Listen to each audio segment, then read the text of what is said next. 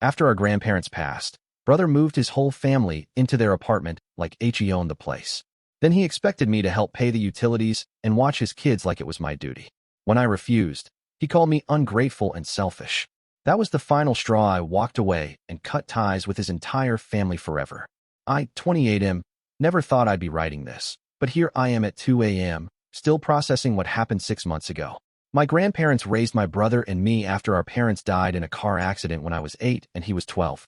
They gave us everything: love, stability, a home. When they passed within 2 months of each other last year, I thought we'd handle their estate together like families should. I was wrong. The funeral was on a Tuesday. By Friday, my brother had moved his wife and 3 kids into our grandparents' 2-bedroom apartment. No discussion, no asking. He just showed up with a U-Haul and started unloading boxes like he'd inherited the place outright. I found out when I went to collect some of our grandmother's jewelry she'd specifically left to me in her will. The locks were changed. When I knocked, my sister-in-law answered with my youngest nephew on her hip, looking at me like I was disturbing them. She told me my brother was at work but would call me later. The apartment smelled different already, like their cooking, their detergent, their life replacing the lavender and old book scent that had been home for 20 years. My brother finally called that evening. He explained it so matter-of-factly it made my stomach turn. They'd been struggling with rent in their current place, and this apartment was just sitting empty. It made sense, he said. The kids needed stability, and this way the place stayed in the family. He'd handle the utilities and maintenance. It was temporary, just until they got back on their feet. I asked about the will.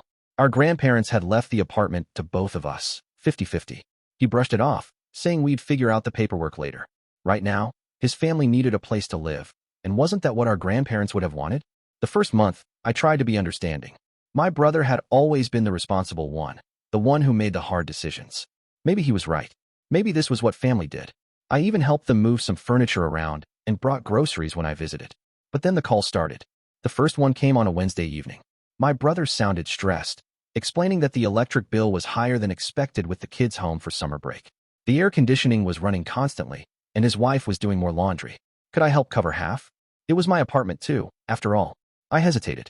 I was living in a studio across town, paying my own rent and bills. But he was family, and it was technically half mine.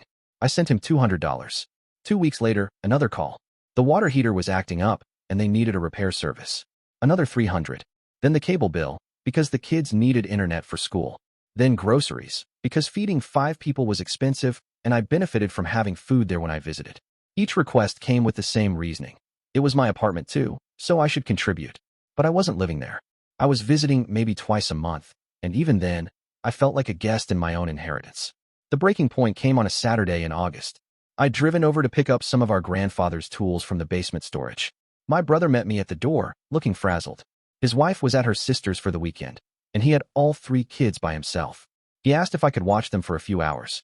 He had errands to run, and it would be easier without dragging the kids along. The oldest was 12, the middle one was 8, and the youngest had just turned 4. They were good kids, but I had plans. I was supposed to meet friends for dinner, something I'd been looking forward to all week. I told him I couldn't stay long, maybe an hour at most. His face darkened. He said I was being selfish, that family came first. These were my nephews and niece, and they barely knew me because I never made an effort. The least I could do was help out occasionally. I reminded him that I hadn't signed up to be a babysitter. I was contributing financially to an apartment I wasn't even living in. I was doing my part. That's when he exploded. He told me I was ungrateful for everything our grandparents had given us, everything he was doing to keep the family together. I was acting like a spoiled child who only cared about himself. Our grandparents would be ashamed of the man I'd become. The words hit like a physical blow. These were the same grandparents who'd taught me to stand up for myself, to not let people take advantage of my kindness. The same grandparents who'd worked 2 jobs each to make sure we had everything we needed, who'd never asked for anything in return except that we be good people. I looked around the apartment, at the family photos replaced with his kids' artwork, at our grandmother's antique furniture covered in juice stains and crayon marks, at the space that had been my sanctuary turned into someone else's home. I realized I'd been grieving not just my grandparents, but the loss of the only place that had ever truly felt like home. I told him I was done. Done contributing to bills for a place I couldn't even access without permission. Done being guilted into free babysitting. Done pretending this arrangement was fair or temporary. He called me selfish again, said I was abandoning family when they needed me most. His voice carried that same tone he'd used when we were kids, and he wanted something. Part authority, part manipulation, all expectation that I'd cave like I always had. But I didn't cave. I walked out. Update 1. The next few weeks were brutal. My brother called constantly, alternating between anger and guilt trips. Sometimes he'd have one of the kids call, their little voices asking why Uncle wasn't coming to visit anymore. Those calls nearly broke me. I contacted a lawyer about the inheritance. The apartment was indeed left to both of us, but the will was vague about how we should handle it. Since my brother was already living there and I wasn't contesting his occupancy, establishing my rights would require either his cooperation or a lengthy legal battle. The lawyer was honest. Family court battles over inherited property were expensive, emotionally draining, and often destroyed relationships permanently. Since the apartment wasn't worth enough to justify the legal fees, my best option was to either work things out with my brother or walk away entirely. I chose to walk away. I sent my brother a certified letter stating that I was relinquishing any claim to the apartment in exchange for being removed from all financial obligations related to it. I wanted my grandmother's jewelry, our grandfather's tools, and a few specific photo albums. Everything else, he could keep. He never responded to the letter. Update 2. 3 months later, I heard through a mutual family friend that my brother was struggling. The apartment's rent had increased significantly when the lease renewed, and without my contributions, they were behind on utilities. His wife had taken a part-time job, but with 3 kids and no reliable childcare, it wasn't enough. Part of me felt guilty. Part of me wanted to reach out, to help somehow. But then I remembered standing in that apartment, feeling like a stranger in the place where I'd learned to ride a bike in the hallway, where I'd done homework at the kitchen table, where I'd said goodbye to the only parents I'd ever really known. I'd been enabling his sense of entitlement. By contributing financially while having no say in how the space was used, by accepting his assumption that I owed him my time and money simply because we shared DNA, I'd been teaching him that my boundaries didn't matter. The mutual friend suggested I reconsider. Family was family, after all. People made mistakes. Maybe my brother had learned his lesson. But this wasn't about mistakes. This was about fundamental respect, about recognizing that love and obligation aren't the same thing. Our grandparents had loved us unconditionally, but they'd also taught us to be independent, to earn what we had, to treat others with dignity. My brother had forgotten those lessons. Update 3. 6 months after I walked away, I got a call from my sister-in-law. She was crying, explaining that they were being evicted. My brother had lost his job, and they couldn't make rent. The kids were going to have to change schools. She begged me to help, said the children didn't deserve to suffer for their parents' pride. She was right about the kids. They didn't deserve this. But helping would mean enabling the same pattern that had brought us here. It would mean teaching my brother that his manipulation and guilt trips eventually worked, that family meant I had to sacrifice my own well-being for his poor decisions. I told her I was sorry, but I couldn't help. I suggested she contact local assistance programs, family services, anyone who might provide temporary housing or financial aid.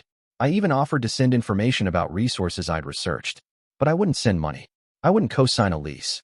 I wouldn't provide a safety net that would allow my brother to continue making irresponsible choices without consequences. She hung up on me. Final update. It's been a year now since I cut ties. I heard they moved in with my sister-in-law's parents in another state. The kids are doing well in their new schools. My brother found work in construction, something he'd always been good at but had avoided because he thought it was beneath him. I still think about them, especially during holidays. I wonder if my nephews and niece understand why their uncle disappeared from their lives. I hope someday they'll be old enough to understand that sometimes loving someone means refusing to enable their worst impulses. I've been seeing a therapist, working through the guilt and grief that came with choosing myself over family expectations. She helped me understand that what I experienced was financial abuse disguised as family obligation. My brother had systematically isolated me from my inheritance while making me financially responsible for his choices. The hardest part wasn't losing my brother. It was losing the fantasy that we were the kind of family our grandparents had raised us to be. They taught us that family meant supporting each other, but also that support had to be mutual, respectful, and freely given. I drive past the old apartment sometimes. There's a new family living there now, kids' bikes in the hallway, different curtains in the windows. It doesn't hurt as much as I expected.